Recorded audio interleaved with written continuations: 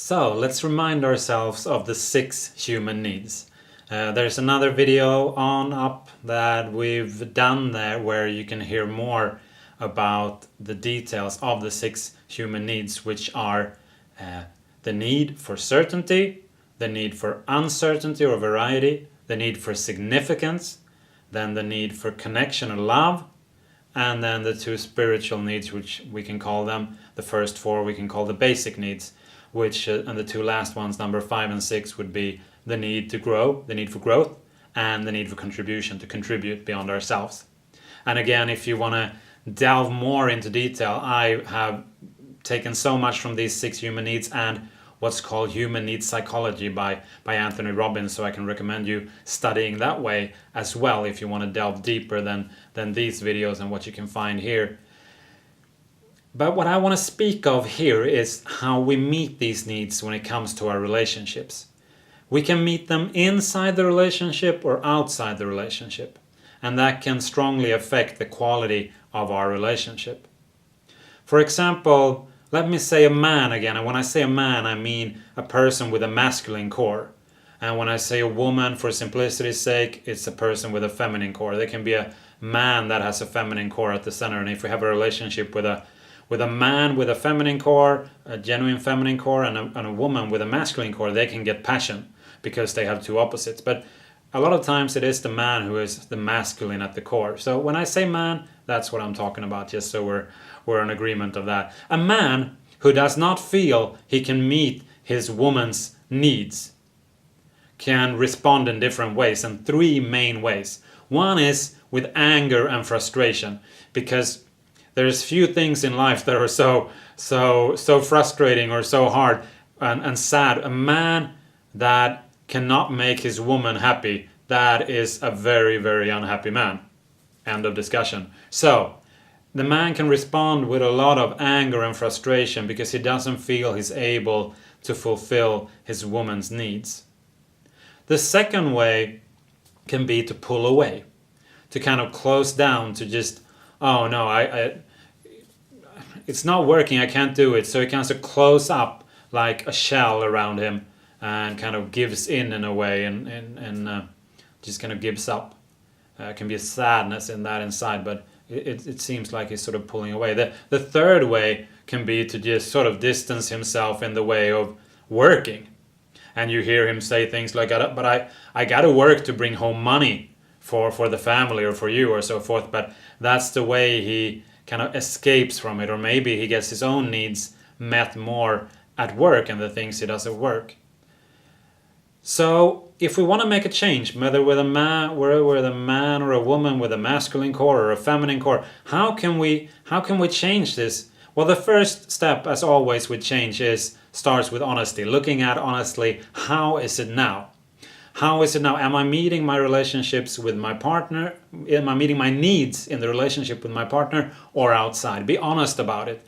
And if you want to make a change, you want to meet more of your needs in the relationship, then I would say that first of all, honesty. The second of all, bring it up with your partner. Talk about it. Bring it up in the open, the truth. We talked about the truth before and the 4 warnings, or before. In another video, again, you can get more into the 4 warning signs, but what happens if we lose the truth? So the truth, be open about it. Talk about your problems. Talk about what you feel that is not, what you're not getting met, or where you're not meeting your partner. Then look at how you can change this. Talk about your needs and set a date, a time, maybe 3 months or 6 months into the future, where you will stop and evaluate how things are going. Do not stop along the way and think all the time, is this going good or going bad? Because your mind can trick you. Just stick with it. Make a decision and stick with it. And I would recommend avoiding threats like, if this doesn't change, I'm going to leave the relationship, or whatever. Try to stay away from that and just set that date and devote yourself to meeting each other's needs in the relationship. And then a good way to start is to find out your partner's strongest longing. What are they most longing to get met? And then start with meeting that need. And to do this, I'm sure you need to become a Sherlock Holmes, if you will, a detective.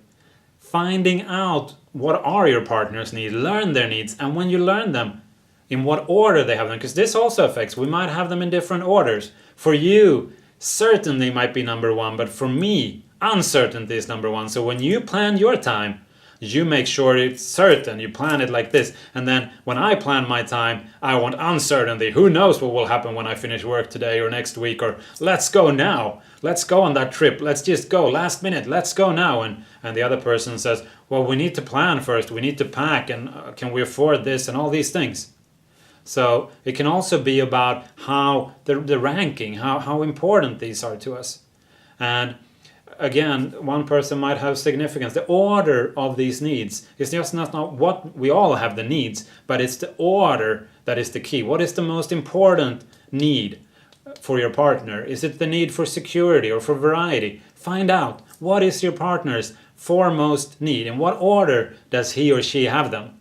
And when you find that out, you don't stop there, because if you start meeting their need for uncertainty the way you would want it met, that might be good, but it might still not hit the goal, so to speak. And you might need to become that detective to find out, how do they want their need met, not just what are their needs. The detective work continues. How, if they want to feel loved, how do they feel loved? You might feel loved by getting space or whatever. Do they need to hear it? Do they want you to say it? Do they want you to make them feel it, touching them? Or do they want to see it? Do they want it visual? Find out, how do they want their need met as well. Not just that they want it met, but how do they want it met. And I will pretty much guarantee you, I guess you can't guarantee things here in life, but I will say that from my experience and the people I've met, if you begin to fulfill your partner's most important needs and do it in the way they want them met, you will become like a magnet. That's just, they will not be able to to leave you, so to speak, like flies to sugar. That is just, it becomes a magnet if you get good at meeting each other's needs. And again, we can talk about levels in a relationship. If you focus first on meeting your partner's needs, that is just, and you have the key to passion, love, and lifelong joy.